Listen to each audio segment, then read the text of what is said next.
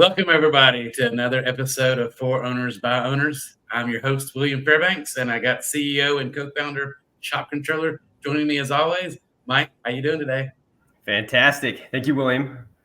Absolutely, and I'm really excited today. We have a father and son team, Wade and Dan Fitzgerald. They not only own a shop in California, but they also run a marketing group, Auto Shop Content. So, guys, really excited to hear about your story and all the way from owning the shop going forward. Dan and Wade, welcome to the show. And how are you guys doing?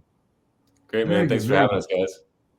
Yeah. Awesome. So, we'll just dive right into the questions. So talk about the shop. Talk to us about how you got started. How you planned on opening the shop. Maybe some of the heartburn and some of the mistakes along the way up until today. I mean, you've been in the shop for a many number of years. So tell us how you've been successful as a shop owner and the family dynamic and all that.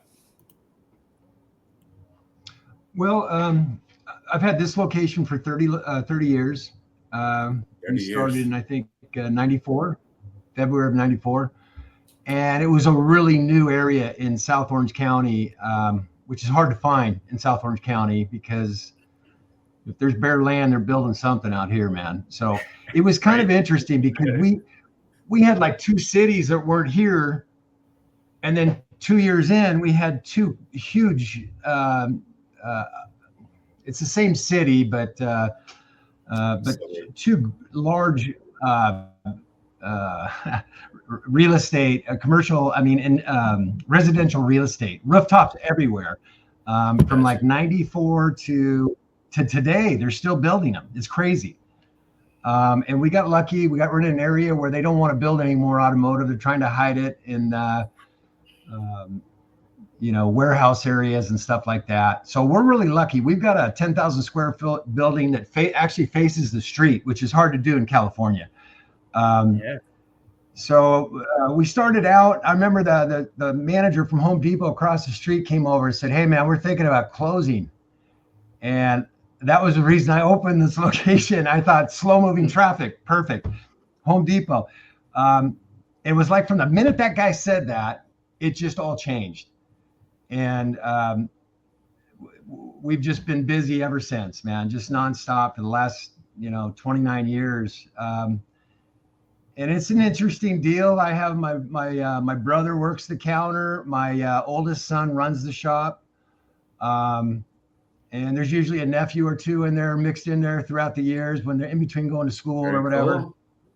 Yeah. Which makes it a little bit more of a difficult dynamic. But it's also really cool. If you can make it work, it's fantastic. That's all I can tell you, and I'm sure there's guys out there that work with their family that want to pull their hair out. And I'm not saying I don't have those days. You still got most of your hair though, Dan. You still got most of it. Let me also say, when you said you opened the shop 30 years ago, I'm still in that mode where my mind did not go back to 1994. It was like, 1980, right? It's still hard to believe. I mean, you talk about handwriting tickets. That's how I started. Yeah. We started handwriting. So what was your motivation to open the shop, Dan? Like, what point in time did you wake up and said, I'm going to go do this for myself? When I was 19, I have a really weird entrance into this business, unlike most other owners, I'm sure. My big thing is I wanted to play Division I football, and I got hurt and had a major back surgery, and I just couldn't get a job anywhere. It was terrible. I was like 16, 17, 18 years old and just could not. I would literally get a job and then get fired after I took the physical because I had a big scar on my back. So I was fortunate. The girl I met at that age, her father worked for Monroe Shocks. He used to drive one of those cars with a shock on top back in the day. Yeah. Yeah. That's awesome. So he actually got me a job with Firestone Corporate. And him and the guy, Daryl was the guy's name at Bridgestone or Firestone at the time. And they hired me. And he put his foot down and said, "Hey," it told the people, "I don't care if he's got a scar on his back. He's going to be working the counter. Just let him let him try it. Let him do it." So I knew it was like my little window, And so when I got in there, I had a white shirt the first day, My boss walked up to me with greasy hands. He goes, "Hey, welcome to automotive retail," and took his hands and just draped them right in front of me, man. And I didn't know whether I wanted to hit him or what. I mean, it was just like, oh man.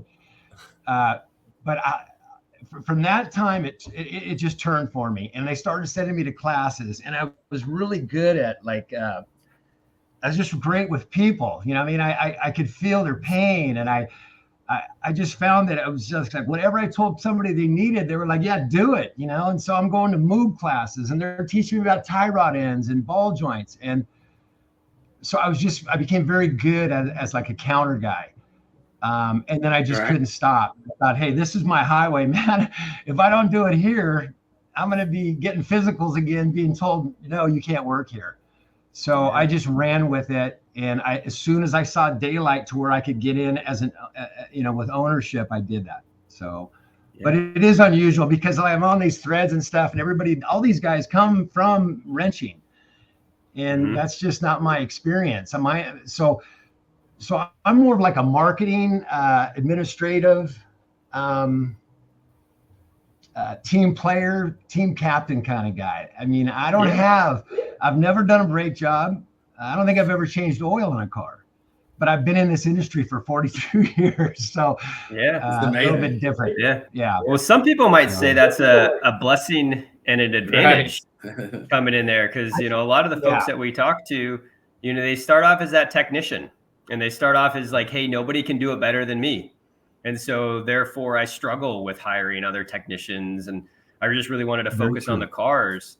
You and your background, you came with grit and discipline. I mean, to be going into potential D1 football, I mean, that's no easy task, right? No. And you probably had a lot of great mentors and coaching through that as well. Yeah.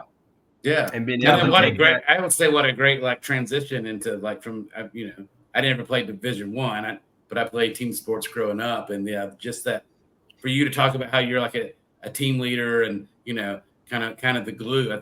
I bet money you draw a lot of experience from your experience in sports of being a team leader and how you run that business today. And, we're all part of that same team. Yeah, that's exactly what I did. I figured, hey, we need a quarterback. We need a manager. We want to make sure we don't have a linebacker playing receiver. So I just kind of looked at it as like an 11-man football team. I love it. And that's how, and I coached it like that. I mean, like a team captain. That's kind of what I've been doing for 40 years. And I did it. I love what I do. So we can tell from the energy on the call. Now, how about the culture building aspect, right? So you talked about, you brought on a lot of family members. We got Wade in there. I'm sure Wade's looking to, chime in here a minute, but how did you establish the culture from the beginning? I was a sixth kid out of 7 kids, and my dad was all about character. That was his main deal. And that became my main deal. And to this day, I'll throw a customer out if they have bad character. I mean, if they're going to come in and act out of character, that's how important it is to me. I will fire the best technician out there if they don't have good character. So my whole thing has been character, and I think that if I were to say one thing, that's what I'd put my finger on. Is so my customers know that we're an honest shop, that we mean well. We're a family-ran business. We want to treat them like we want to be treated. And I would say if that would be my number one thing, I believe would be character. And even when I hire people, I'll hire a tire guy that's never mounted a tire if he's got good character, and he wants the job. So anyway. Yeah. Wade, you want to expand on that? Talk about the culture. I was that tire guy. So, but he's Dan is one of those guys that is just a straight pure leader. So, I remember his shop is located right where my junior college was located. And I remember I went to school one day. I had to park at the mall, which was a mile away. I walked to class. I got there, and I got in this argument with my business teacher. And I just got up, and I was like, you know what? I'm done with this. And I went straight to his shop, and I said, I'm going to sit here and learn everything about a small business and how it operates. And I just want to make my own small business one day. And the best education that I got when I did that was one, he didn't really care that I dropped out of school as long as I was passionate about something, which I thought was, really helpful to me in that situation. But two, I couldn't go to school and pay for an education that I got sitting in the back of that shop. The amount of people that come in there, the amount of emotion that goes into an auto shop, from your employees to your customers, it's not easy. And to see the way my dad did it, he always made owning a business look easy. And sometimes I wish I could go back and kind of go back to school and not do the business owner thing, because it's very hard. But just like he said, he built that whole shop on character. You'll go in that shop and talk to any employee that he has, and you will walk away from that they're going, I'm just going to go to this auto shop now because of Tim, or because of Francis, or because of Jose. He's had employees that worked there for over 16 years, probably even longer than that now. So he's always done a great job with that. And it's one thing that I try to mold our business after is, as you guys know, William, we work with auto shops, and I run it the same way Dan runs his shop. I work with shop owners, and we kind of work as a team, and it's all about communication and working with each other. And that's something that I learned sitting in the back of Complete Auto Care. Yeah, well, that's awesome. I appreciate that. And maybe Dan, back to you. I always feel it's about people, number one, technology and processes. What about those processes that you had to put in place to grow the business and to take it from where you just got started to where it is today? How'd you learn to build out those procedures? I'm sure you had some ups and downs, some opportunities to improve. One of the coolest things I did, I really liked marketing. I don't know why, but I built this card. It was about this big, and it had like 4 free oil changes, 4 free brake inspections, balanced tires free, everything that you could look underneath a car or a truck with, give you a chance to look at the vehicle. And I went to all the local high schools, and I said, look, I've got a really simple way for you guys to raise money. These cards sell for $100 each. You keep 80, give me back 20, and just keep all the money. So I got really popular at all the local high schools, and people would walk in with these cards. Some of them would hide them, because they think, and I would just graciously welcome them. And it was really cool because I figured out how to get customers from over the trade barrier, because usually people won't do business on the other side of the freeway. At least in Southern California, that's the way it is. They usually do business on that side, whatever side of the freeway they're on. Yeah. So it was really cool for me. I learned instantly by giving first, by thinking, hey, how can I really help somebody here? Yeah. And it turned out to be just, I had a woman in here yesterday. She goes, Dan, I'll never forget 30 years ago, some kid came to my house with a white card. And I said, yeah, that was one of my first programs. And then I didn't put an expiration date on it. So to this day, you guys, and I haven't sold one of those cars for probably 20 years. That's amazing. Or more. I still, every once in a while, one of those cards will walk through. So that's crazy. Stuff like that. That's a fun story. So maybe, we'll do a trade off to Wade, but as far as, marketing goes now, right? You're helping shops, how do you expand upon what your dad's done and, to help, other shops grow their businesses? Yeah, I think William knows I was a musician in my past life, and right before COVID hit, we got a deal with a Sony label, and we released our music like a week before COVID, the lockdown started, and it just completely killed all the momentum. And I kind of put that dream aside, and I just went back to the shop, and I was like, hey, my wife was pregnant at the time, and I said, I found some cool ways to market my band, and that's kind of how we got signed.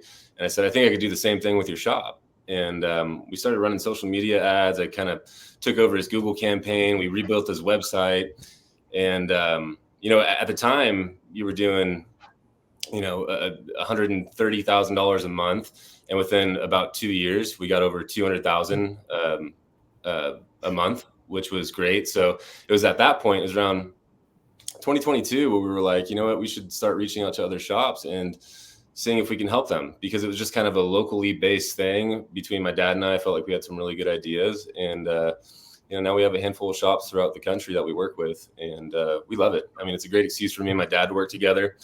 with me being in Nashville and him being in California. And it's just been really great so far. And there's all these cool things, as you guys know, different ways to market your business. And it's our job to find those things and try to incorporate it into the automotive world. Yeah. I mean, I still find it fascinating that so many shops still don't have a website. I mean, they have a number to call. They have a sign in front of their shop, but no website. I mean, curious your guys' perspective on, why haven't they made the investment into it? I mean, I think you can get free ones now. I mean, I don't. Yeah, I think you get a lot of business owners like Dan that have been doing this for decades. And one of the best things I hear now is, we rely on word of mouth only. Word of mouth. That's how our own shop do that. And, word of mouth is huge. But social media is the new word of mouth. And instead of reaching one person with your word of mouth, they can share it with their 1,000 friends, and they can share it with their 1,000 friends. And, one of the interesting things that we always thought about was, where things are going digitally, the best thing a business owner can do, even if they've been doing this for decades and are thinking about maybe selling the shop, is start creating that digital footprint with a great website. Make sure you got a bunch of reviews and you got a great SEO presence, because these are all the things that other people might look for if they go to buy your business. So, I don't know. It's one of those things that's always been really interesting. And, we have a lot of fun with it. But to your point, I don't understand why people don't have websites yet, especially like you said, you can go get a free Google site. But I think a lot of the guys that I talk to are, I'll do it myself. And then they realize 3 years have gone by and they still haven't built a website. But and then they're too far behind. And the biggest thing I think, wait, Dan, you can kind of agree with me or disagree with me. Like 30 years ago, 1994, word of mouth was great, right? What I try to explain to those business owners who are still feeling like that now is, 30 years ago, I could tell somebody to go buy a shop and they would go buy the shop, or they would call the shop. Today, if I tell somebody I recommend a shop, the very first thing they do is pick up their phone and start Googling that shop. And if they don't find any information on that shop or enough information, it ends there. No longer is it that I'm going to call you to find out if I can do business with you. I'm going to see what you're like on social media or on the internet. And then maybe I'll swing by your business, or maybe I'll call you. And I say shop specifically, but it's like that for all businesses these days, right? I mean, it's like the anchor that gets, it's that postcard, it's that old direct mailer, right? Social media today is now that anchor that kind of brings all of everything that you do out there in the world together. And it's that first place that a consumer is going to see whether or not you might be a potential fit for them.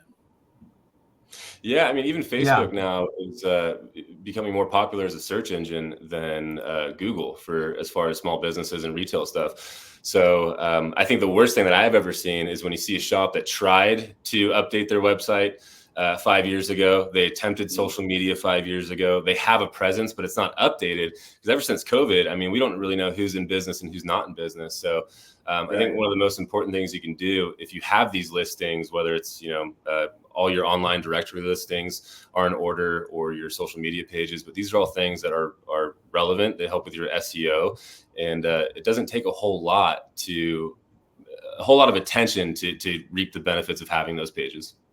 Yeah. Now, Dan, you saw a lot of value early on in marketing. So what, obviously you saw some results and you saw positivity from it. How are you helping other folks, staying with the times? For when I talk to shop owners, the first thing I tell them is, how's your character? How's your shop's character? How's your culture? Okay.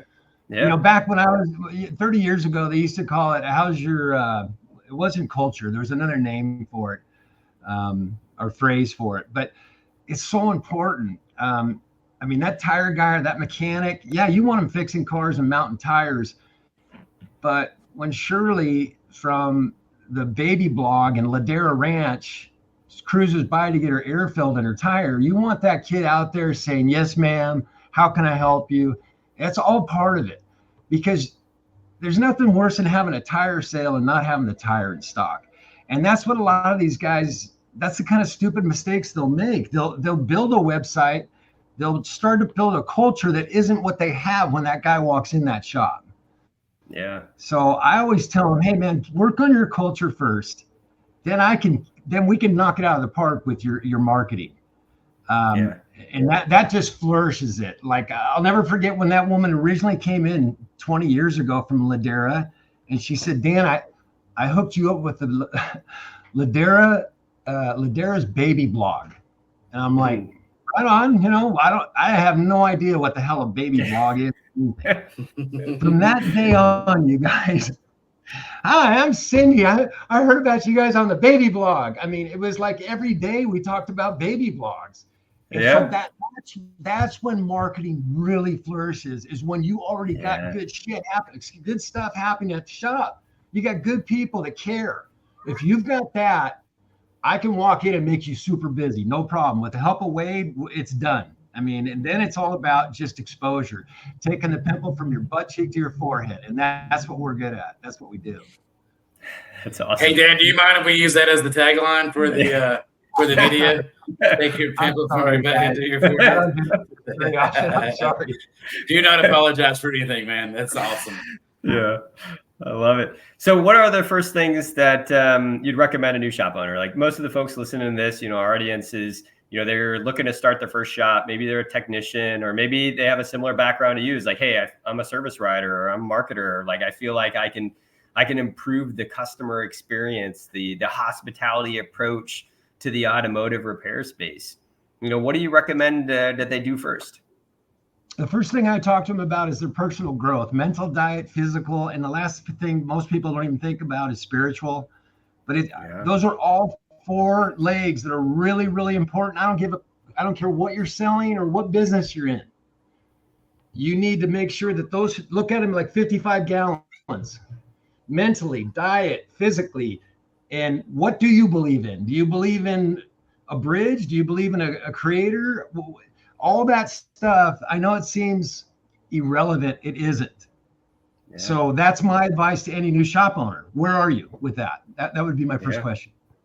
Yeah. And then a lot of things we get into is then, what's the why? Why do you want to have this shop? What's gonna fuel you? Like, when things get hard, Dan, I imagine it wasn't just all, sunshine and rainbows from you from the beginning. I'm sure there were some tough times, and, always, and you got a lot of family in there too, right? So, hey, if things aren't working out, it's not just impacting, some unknown people that you've hired. Like, these are family members that have entrusted their jobs and their savings, a lot of the stability through what you've built. Absolutely. Well, Dan, when he first opened that location, they were open from 7 to 7, 7 days a week. And we lived about an hour and a half away from the shop too. And he was there every single day, making sure that thing was running. So that's the other thing I would say with the shop owners that I speak with, is be committed to being a business owner. It's one thing if you like wrenching or you like marketing, but I think you have to be committed as a business owner too. Yeah. I think committed to learning on how to become a better business owner too. It's like, hey, how do you go from working within your business to working on your business, to actually, stepping away, joining some of these different coaching groups, attending some of the different events, and constantly learning about, hey, how do I improve my business? What numbers are most important to me? And what are some of those numbers that my whole team can get behind, so we go out and go win with those numbers? Right. That falls under the mental. And you're absolutely right, Mike. You are spot on there, man. Absolutely. Yeah. So maybe, Dan, talk about some of those numbers. So what are some of the numbers that you started focusing on early on to know whether you're winning or not? I know when I got into business for the first time, that was one of the hardest things. That was for me, when I was looking at, our growth and the amount of team and the amount of money we're spending, is, how do I know if I'm a good player, a great player, or, man, I should turn in my cleats because, I'm not hitting the numbers that I should be. Yeah.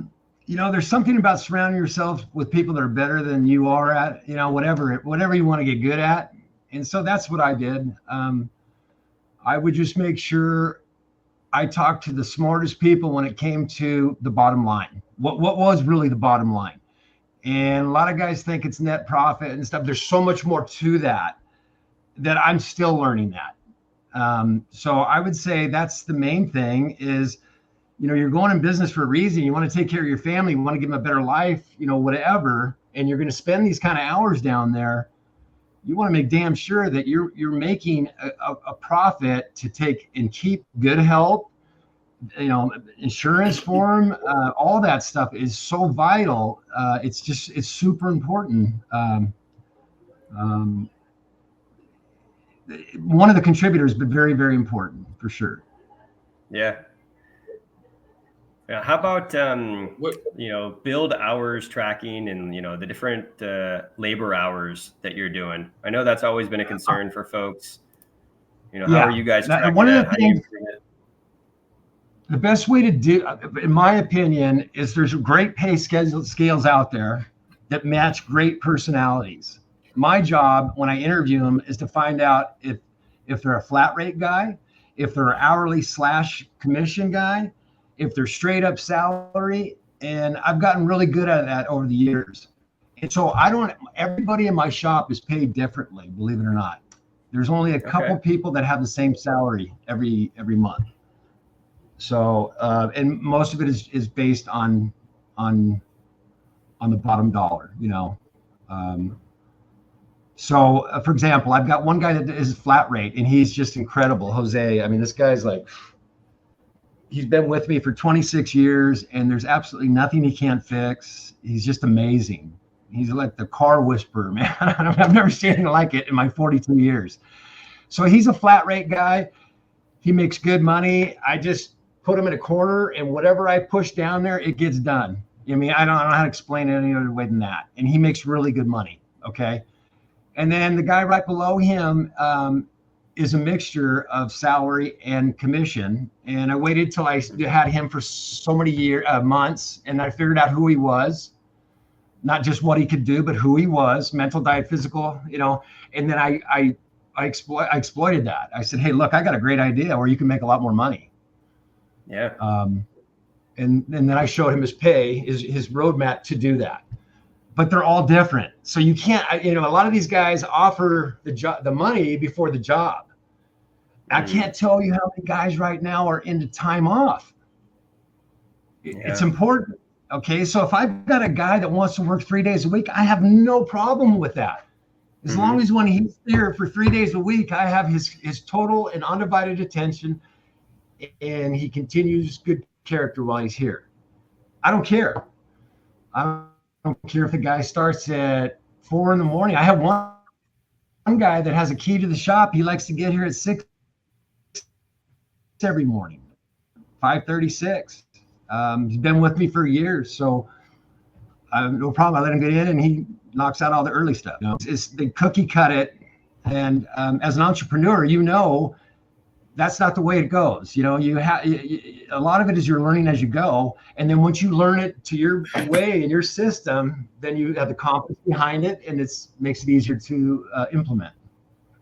Gotcha. Yeah, for sure. So Wade, growing up in the shop and seeing all of that, and then eventually transforming into, the auto shop content and the business owner that you are today, through your experience going up to today present, what do you see as kind of like the biggest obstacle that shop owners or businesses in the industry face today? If I was a new shop owner and I was looking to Wade to give me some advice, what would you tell me would be like the number one thing that I should look for or avoid, when trying to get into that? Like, what are you seeing with your business partners?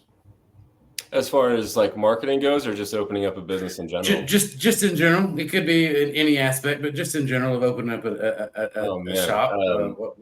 Yeah, fear of failure. I mean, it's just one of those things where,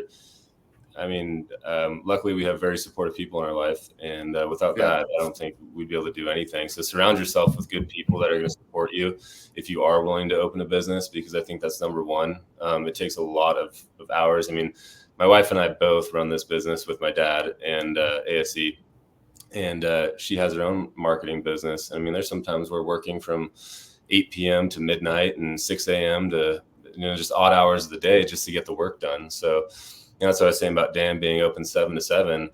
7 days a week, that's a step most people aren't willing to take. And I think if you are willing to take those steps in your head, you feel like, oh, I could do that. And I think you're probably meant to be a business owner, but surround yourself with supportive people and try to get over that fear of failure. It's interesting. Me and Mike, this is probably the 20th interview that we've done with shop owners and coaches and different people along the industry. And Mike, I think that the reoccurring theme is that mental preparedness, that knowing what you want and sticking to it, and figuring that out, right? It just seems to be a very, very common theme on that. My opinion is like, understanding what you want and then being able to go see that and seeing it through to the end, regardless of what happens, right? And keeping your mind open to being able to change as you go along that journey. Yeah, Napoleon Hill has a really cool quote in his book, and he talks about, you have to be able to set your desires. Like, what do you truly want? And, put that vision out there, like, hey, this is what we're working towards. These are our goals. These are our objectives. This is what I really want. And then I think what's really important, he talks about, is you also have to state, like, what are you willing to sacrifice to go achieve that? And I don't think a lot of people pay attention to the sacrifices that you have to make to achieve, the big goals and objectives that you want out of your life, out of that big vision. And, Wade, curious from you, because, family dynamic, you've seen dad do it. Now you're doing it with your wife. I mean, obviously you guys have had, conversations, early mornings, late at night, and talking about like, hey, these are some of the sacrifices that we're going to have to make and that we're making to build this business together. Yeah. I mean, part of that was moving away from our family in California and coming to Nashville just for, cost of living purposes at the time. And just, it felt like it was a place where if we were going to have a small business, we could afford to do it here. And we had some other family roots here, but absolutely. I mean, that's the hardest part, is just trying to figure out, navigate through those rough patches without giving everybody the feeling as if your whole world's falling apart. And, sometimes, I mean, I don't know about you guys, but I just want to get on top of the mountain and just scream. And, that's part of it, man. That's just part of getting everything out. And, it is a lot like Dan said earlier. It's like being a coach. And I don't know if was ever meant to be a coach, but, you kind of learn, like, there's different roles for everything. And same thing, William, like you asked earlier, what would I tell other shop owners is give everybody a role. Don't try to take over every single role. And this goes for every business owner, because there are so many roles when it comes to operating a business. And at first, I think everybody's knee-jerk reaction is, I can do that. I can do that. And then all of a sudden you start putting things on the back burner. It's things that we even did with ASC, and we're a marketing company, but there's just some things that we couldn't do for ourselves or wouldn't think about because we were putting our clients first or whatever. And so we started reaching out to other companies to give them roles in our business to help us grow. And I think that was one of the biggest lessons I had to learn was don't be afraid to ask for help and give everybody a designated role to help the overall goal. Yeah, for sure. I think having those primary roles and responsibilities and making sure everybody knows what their roles and responsibilities are, then you can empower those individuals to go and complete those tasks with ownership. Right. I think that's important. That's maybe the biggest problem with these guys. The guys that are really good technicians that get in the industry, I think one of their biggest crosses to bear is they have a really hard time giving responsibility to other people. You know what I mean? And you have to give that up. You have to say, hey, I'm willing to relinquish this to you. You now do brakes, and you know what I mean? So they can expand and figure out what a good website looks like and how to get it done and stuff. And that would, in my mind, like I told you guys, I came from a different entrance, but I think from what I see, a lot of these guys that are in the industry were technicians, which is cool. I think that's the way it should be. But they're still thinking like a technician. And they're not willing to give up certain job tasks and roles. And that's mandatory if you're going to run a shop. You have to give that up. It's tough, I think, for guys. Yeah. My experience has been more on the hospitality space. And I kind of always look at it as the same way as you have people that are like, oh man, that guy's an amazing chef. He can create the best food. And, you got to try his food. So then he goes and opens up a restaurant. But, there's so much more that goes into running a restaurant, just like there's so much more that goes into running an auto repair shop or any business than just that specific task of, cooking the food or repairing the car. It's the rest of the business that's going to get clients to come back. It's that customer experience. And hey, have you walked through that entire experience that your customer is going to go through and iterate on that, over and over again, so you can make improvements to it? That was one of the cool things that we just got off talking with Lucas Underwood, is like, hey, what is our customer experience? And let's run through that. And let's run through that, every week or as often as we can, to see how do we improve the service and making sure that we're putting the customer first in that experience.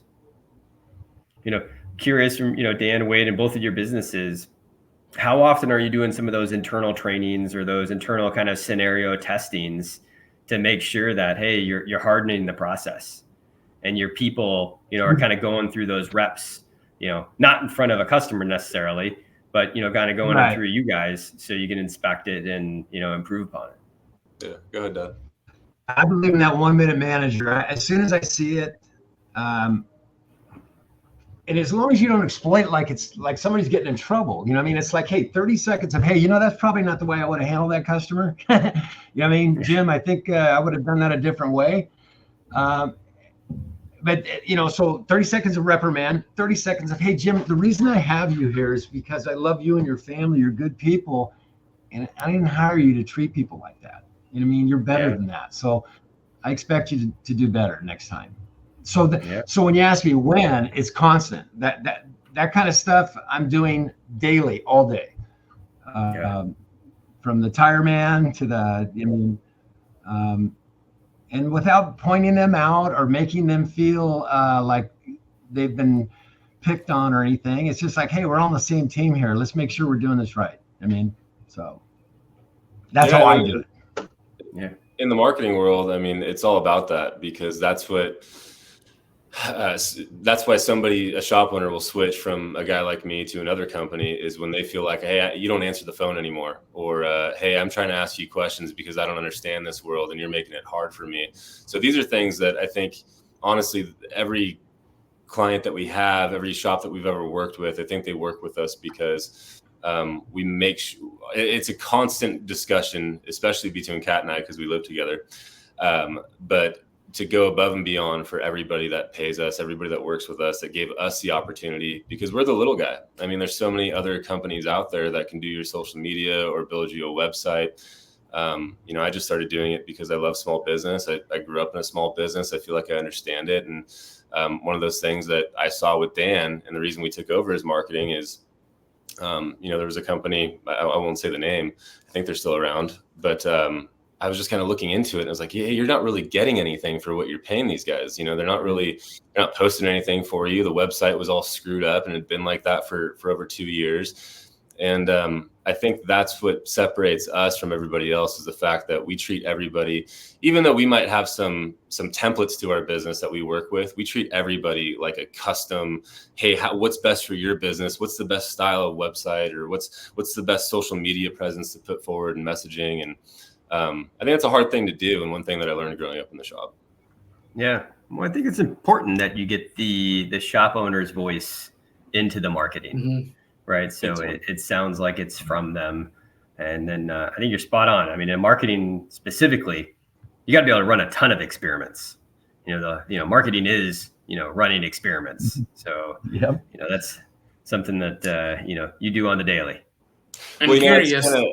It's kind of why we started ASC, was because we were just trying everything at the time. This is when, before ASC, I would just kind of do marketing as I was in and out of music for the shop. And I remember when Facebook ads came out for small businesses in 2010 or whatever it was. And we started right away. And we were probably the only shop in that area putting Dan's face on camera and shoving it in front of as many people as possible on social media. And we didn't know what we were doing, but it was just an experiment. And, that's what led to ASC and the whole video content thing that we push out, is because we learned that video is king just from running all these different experiments. And we learned that, hey, every time we put up a video, we get X amount of views. And every time we promote it, we get X amount of phone calls. So you're right. It was just experiment after experiment. And I think that was probably the most fun part about starting this whole thing was what things can we bring to other shop owners that we tried here that we might have spent a bunch of money on and failed on, but we're not going to use it. But what were all the good ideas that made you money? And let's go help other shop owners do the same. But it was all experiments. Yeah. William, so what do you, either one of you all, it could be Dan or Wade, whichever one jump in. What as technology continues to increase and we become more and more dependent on it, what is the future of technology and both of y'all's businesses, but in the automotive industry itself, like where do you see AI coming in and helping out and being efficient? So yeah, where has technology taken us and what are you guys interested in seeing when it comes to the technology? Yeah, I'll take it first. My industry, go ahead. I was just going to say, Dan and I started working with, I was telling you the guys from Detect Auto a few years ago, and it kind of opened up our whole world to AI and what it could do. And John's whole company, Detect Auto, I mean, they were doing things that you wouldn't even think about, but because they had the ability to use AI, it was things that could help a business. So I think, William, you and I actually talked a little bit about this, but I think you're going to get to a point where you don't really deal with a service advisor. You just deal with, maybe through Shop Controller, they sell your whole maintenance package because there's, DVIs or whatever. And so I think for business owners in general, there's going to be a lot of good things. Like we talked about taking over different roles. And I think AI might be able to take over some of these more tedious roles so the business owner can focus more on the business. And I think that would be a great thing. Yeah, for sure. Yeah, I think simply in my industry, the automotive retail, I was looking at, I enjoy looking at new stuff when they come out and stuff. And I had this guy come out with the AI, and there's just so much there. It's crazy. I mean, they have a thing now when the car comes in, they hit the VIN number and it tells you crazy things about where that car's been and what's been worked on. And so the key, I think, they have a thing where the mechanic, everybody gets a tablet and the mechanic just leans over and go, what's the firing order on a 2002 Chevy, whatever. And the AI just tells them, hey, 3215 or whatever the hell it is. And so that's where it's going to really, because time is money, especially in this industry. So I think that's where AI is really going to fill the gap. It's going to be like putting together a quick RO order, being able to just put in rear brakes, and it comes right out with an estimate. I think that's probably going to be the biggest thing in this industry. And then the second closest, service. Every time the economy gets bad, service gets terrible. So you shop owners out there, man, do your best job at service right now, and it'll pay huge dividends when we get back to normal. That's my biggest advice right now. And it's hard because people are on edge. They don't have money. And a lot of people are upset. You know what I mean? So you have to take that extra step. You know what I mean? Like I walked a guy out the other day and put my arm around him. He started crying. I said, look, I'll work with you any way I can. I said, if I have to loan you the money, so don't worry about it. We'll figure it out. We'll get your car fixed. He needed a converter and it was a couple grand, but he's been coming here for 30 years. I don't give credit, but I'm going to give credit to this guy. Yeah. I'm just going to do it. So, I don't know how I got there, but yeah, I think AI is going to speed up our industry more than anything. I think it's going to be a great tool to get the car in and out quicker. As far as like a marketing standpoint too, something Dan and I have been building over the last couple of years is we're trying to finish this software where basically through Shop Controller, a shop owner can get real-time ad suggestions and content based on their sales. So if brake sales are down 15%, they get a message saying, hey, Dan, your brake sales are down. Here's an ad that we can go ahead and post for you right now. Would you like to go ahead and do that? Hit your budget and then hit it from there. I think it's a great way for, shop owners to get not only utilize their SMS systems more, but also get the most out of their marketing, because no marketing company is going to call you every single morning and go, unless they're in-house, but hey, Mike, your brake sales are down 15% right now. But I think that's something that we're working on right now. There's some out there that claim they'll do that, but no. Yeah, exactly. Yeah. Well, speaking of that, I mean, you'd really have to know the numbers, right? And then maybe even if my marketing company said, hey, my brakes are down, is that the profit margin? Is that the type of business that I want to fill in my missing 4 hours for this week? So I'm sure, Wade, it probably takes a relationship and a lot of conversation between you and those owners to go through, the different types of business that really helps grow the bottom line for them. And maybe walk us through that a little bit more. It was like, hey, before you can get into marketing and do an ad spend, you got to know, like, what is that customer that I'm targeting, and what are those services that I want to fill in some of these gaps, and how do you go about that? Yeah, like Dan said earlier, you got to make sure, first of all, that your staff can handle phone calls, because what's the point of boosting phone calls if you're not busy because you don't know how to talk to customers? So I think it all starts in-house. And that's honestly, I've seen that with a lot of shop owners who, I mean, we couldn't even work with because they were just so aggressive and they didn't realize that they were their own worst enemy. But there's no way marketing was going to help those people. It would only amplify their problems. So I think it starts right there. But then next is, if you're a little 2-bay brake shop, there's no point in advertising, transmission work or whatever if you don't have the technicians that could do it. And I think this is where a lot of shop owners, any industry specific owner, might not know is there's companies out there like us who might understand the auto industry a little bit more than your typical local down the street marketing firm. So we don't want you paying for clicks for body work if you're not a body shop.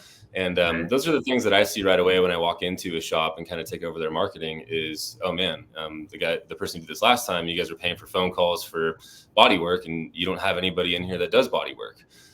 So just stuff like that. And just trying to figure out what, like we talked about earlier, what their goals are. If they want to have high gross profit and they sell tires and we advertise alignments and, just like we said, you kind of build a custom game plan around them and try to run experiments to see what marketing campaigns work the best. Okay. So let's say I'm a 1 or 2 bay shop and I'm looking at doing marketing for the first time. Maybe I have a basic website, but I want to increase my car count, right? I want to increase the amount of, revenue coming into our shop. What's a typical first spend, per month, objective? What do I got to think about? And what's that ROI? How quick can I get it? Maybe give a little sales pitch here, Wade. Absolutely. I'd love to. And, it's one of those things where you can have a decent website, but if you're not having any traffic to it, then you might as well not have it. So the first thing, if they have a website, and even if they don't have a social media presence or even a social media page, most of the time we just give it to them for free if they don't, as long as they're willing to work with us and try Google ads. Because I've seen some shops completely turn their businesses around just by starting out with $500 on a Google ad that was actually targeting the business that they wanted. In the summer months, we were targeting AC work rather than new tires or whatever it may be. And it was just paying a little bit extra attention to what they were doing. But I think, I don't know. I think marketing's hard for any shop to think about anyway. So all we try to be is just a little mediator between, hey, here's how the internet works and here's what type of business you want. So if you have $500 to spend on a Google ad, we're going to make sure that you get the most out of that $500. And maybe the first month you're not going to get, exact phone calls for the same thing that we're setting it up for. But we just work on it until that business owner is at least starting to get his car count up. And then once he gets his car count up, then we could talk about social media ads or updating his website. Yeah. I know from experience, it's like, hey, 1 month may not show all the results that you want right away. So give it at least, a few months. And then obviously you're going to be running some different experiments on some different ad types to make sure that you can go get after that specific client that you're looking for. And then, what are kind of those unique selling propositions and the messaging that you're going to use for your shop to go drive those clicks and increase that car count? Right. Yeah. And I mean, we talked about shop culture, and I think a big part of advertising as a small business is just promoting your shop culture. So whatever your shop values are, like you talked about, if Dan's face is on camera and he's talking about how his shop, what's different about his shop compared to every other shop in town, and he put it in front of 10,000 people, obviously Dan's going to see a benefit from doing that. So yeah, I agree with you. For sure. But I think Dan, to just to back that up more. Go ahead, Bill. I'm sorry. I was just going to say, if you could do anything different today, if you're going to start all over and open a brand new shop today, what would be one or two things that you would do different than you did 30 years ago?